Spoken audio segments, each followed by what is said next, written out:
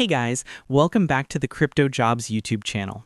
I'm your host, and today we're delivering a crucial high-stakes update on Bitcoin.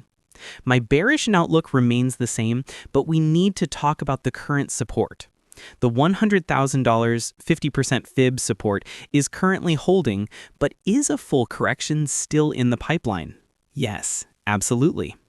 Here's what really happened. We saw a solid reaction where the total altcoin market cap reacted at key support, and we saw almost plus 200 billion in fresh liquidity inflow into altcoins. Meanwhile, Bitcoin dominance decreased from 61.5% to 59.6%, which confirms that capital is shifting out of Bitcoin and into altcoins. According to my lines, Bitcoin price could correct safely toward the $90,000 to $88,000 level before we see another massive run. This is a crucial, necessary retest. During that time, the altcoin market could absolutely fly because of the liquidity shifting from Bitcoin to the crypto market. If you are a trader on .BTC, you must stay cautious under the main downtrend. The primary danger remains the loss of the $100,000 support.